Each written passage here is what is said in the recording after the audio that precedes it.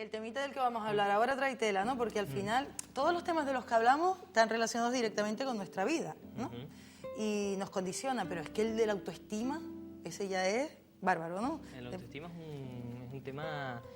Es un tema bastante importante y bastante conocido, además. Mucha gente ha oído hablar de la autoestima, aunque mucha gente todavía no tiene claro de qué se trata cuando se habla de autoestima. Claro, y a veces yo creo que lo usamos, corrígeme, Parquio, como cuando decimos, ay, tengo una depre de caballo, que en realidad estamos un fisco tristes, a lo mejor tenemos un mal día y no tenemos ganas ni de levantarnos, pues tienes un mal día, y dices, tengo una depre de caballo. No, eso no es una depre es otra cosa, ¿no? Una depresión es otra cosa. Una depresión es otra cosa. Otra cosa muchísimo más seria, ¿no? Que un mal día.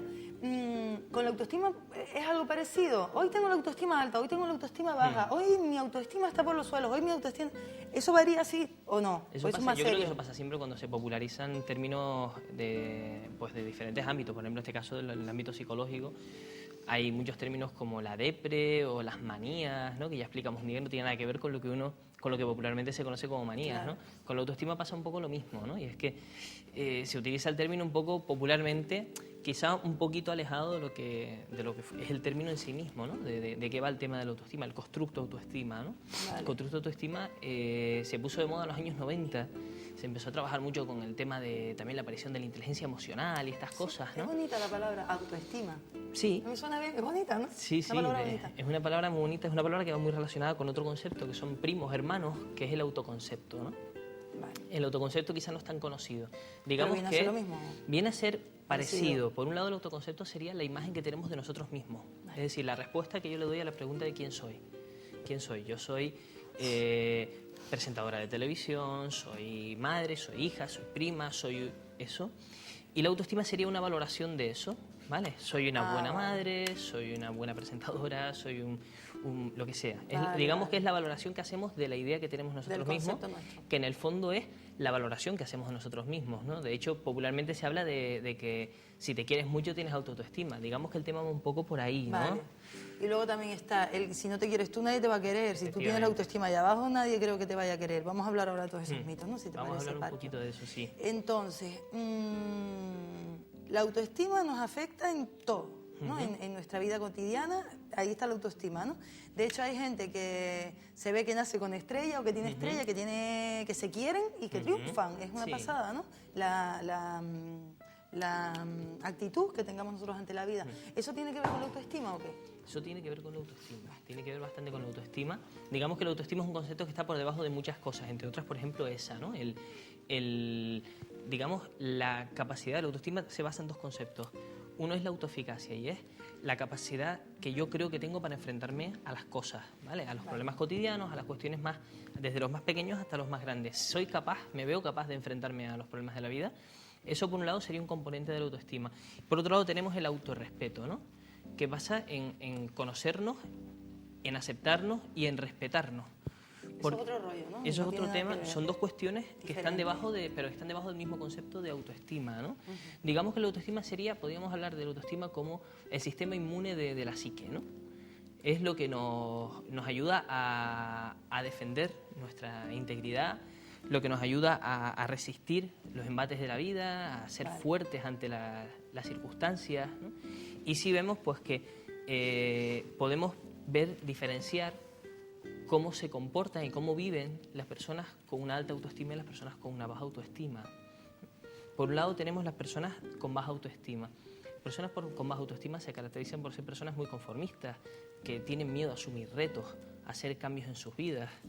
Son personas que se sienten inseguras, que muchas veces mantienen incluso relaciones, digamos, tóxicas con otras personas, ¿vale? Las personas seguras, las personas que irradian autoestima, porque las personas que tienen una autoestima alta la irradian, se les nota y además tienden a unirse con personas que también tienen la autoestima alta, mientras que las personas que tienen la autoestima baja... ¿Qué hacen? Como que confían en las cosas que hacen y van para adelante. Confían en sí mismos. Confían en sí mismos.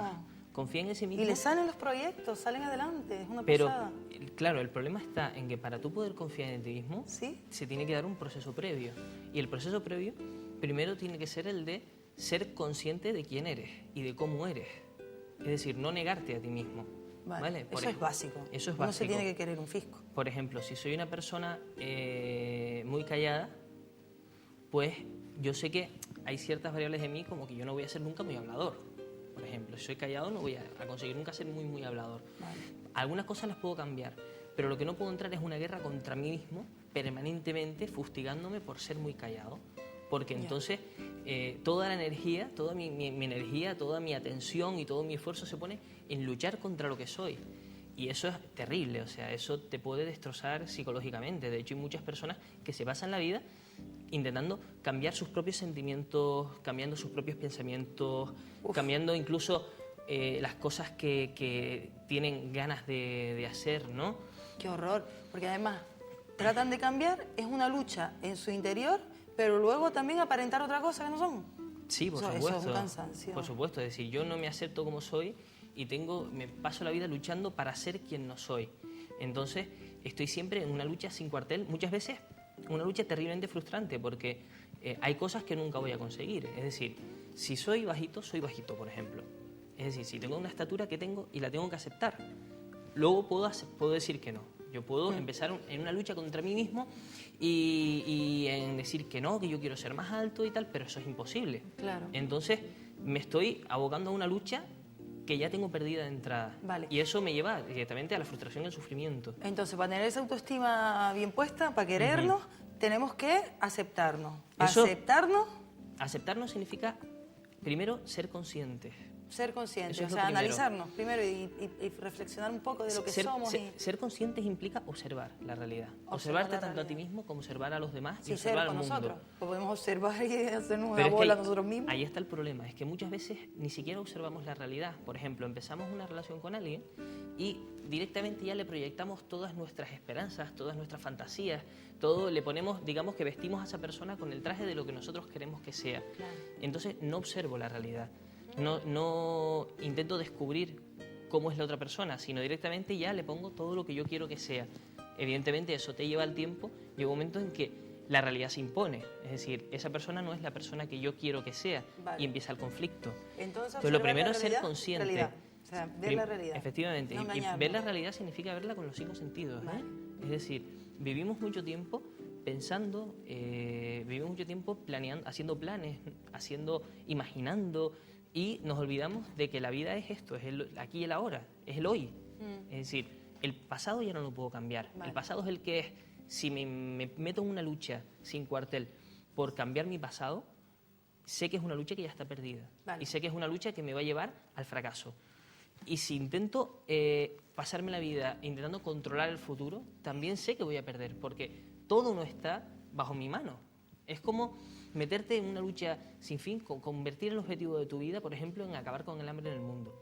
Eso tiene una parte buena, evidentemente, tiene una parte de compromiso, Ya. tiene una parte positiva. Sí, Pero si tu único objetivo en la vida es ese, tienes que ser consciente de que has asumido un objetivo que no está en tu mano. Vale. Bueno, entonces, analizamos la realidad. Algunas personas tendrán más fácil aceptar, comprender la realidad que otras. Las que lo quieran aceptar y lo tengan más difícil, terapia, ¿o no? Bueno, En principio es una hay solución. varias formas, sí, es una de las posibles soluciones, ¿no? Vale. Digamos que aceptar significa no negar las cosas que no nos gustan de nosotros mismos. Sí, no hacer como que no existen, no, sí existen. Efectivamente. Están ahí, vamos a no engañarnos porque Están ahí y yo tengo dos opciones. O buscar una o solución. luchar contra ellas si es posible o decir, esto es así. Vale. Eso no significa resignarse, ¿eh?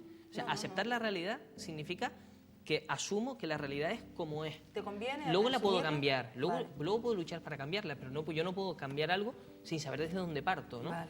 Y también implica, igual que no negar minimizar nuestras cosas que no nos gustan, también significa no minimizar las cosas positivas de nosotros mismos.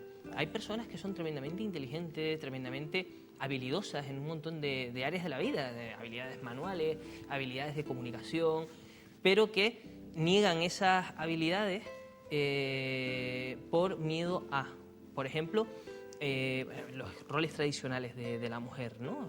El problema de la violencia de género, es decir, la mujer ha sido educada para vivir en un punto, digamos, para pensar que tiene que cuidar a los demás, que no puede pensar en sí misma porque eso sería egoísta.